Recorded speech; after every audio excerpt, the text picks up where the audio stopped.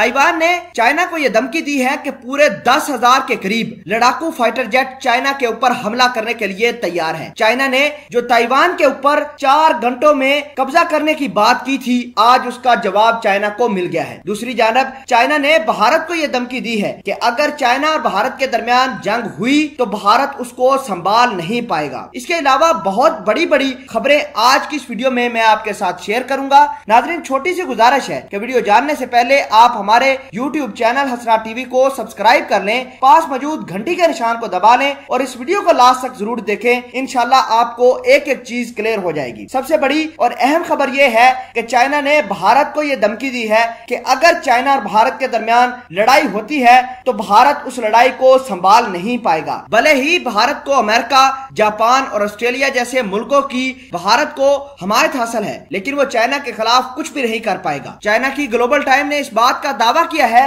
कि चीन ने एक मरतबा अगर ताइवान के ऊपर कब्जा करने का फैसला कर लिया तो वो सिर्फ 4 घंटे के अंदर ताइवान के ऊपर कब्जा कर लेगा। इसी बीच ताइवान की हेड ऑफ स्टेट ने चाइना के खिलाफ चाइना की धमकियों का जवाब देते हुए ये कहा है कि चाइना की फौज ने पहले भारत की फौज से मार खाई, अब ताइवान की फौज से मार खाएगी। चाइना ने मुख्तलिफ ममालिक के साथ लड़ाई कर रखी है। ये मुख्तलिफ ममालिक एकजुट होकर चाइना के ऊपर हमला भी कर सकते हैं और चाइना इन तमाम तर मुल्कों के साथ बैक वक्त लड़ाई भी नहीं कर सकता। अगर ताइवान के ऊपर अटैक किया तो ताइवान का फुल फोकस चाइना के ऊपर है। ताइवान ने जितना भी मिलिट्री बिल्डअप किया है वो चाइना के खिलाफ किया है। अगर ताइवान के खिलाफ कुछ बड़ा अग्रेशन चाइना करता है तो चाइना को बीजिंग के अंदर जमीन नहीं मिलेगी। इसके अलावा ताइवान की हेड ऑफ स्टेट ने चाइना को यह कहा है कि America, Japan, Australia, Vietnam, Taiwan के अलावा दीगर ममालिक के 10,000 लड़ाकू तैयारे चाइना पर हमला करने के लिए तैयार बैठे हैं कि कब उनको सिग्नल मिले,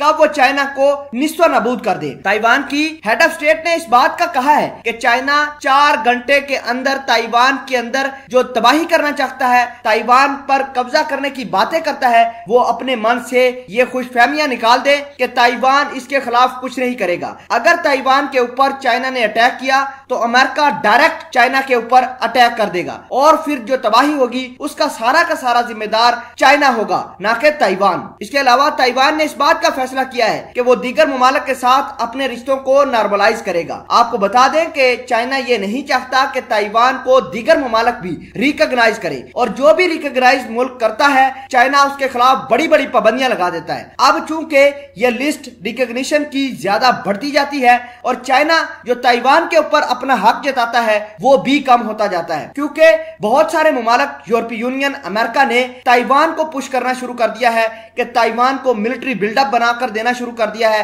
weapon, patriot missile system, third missile system तक दे दिया है। अब बड़ी आसानी से ताइवान अपनी फौज को चाइना के खिलाफ किसी भी एग्रेशन के लिए तैयार कर सकता है।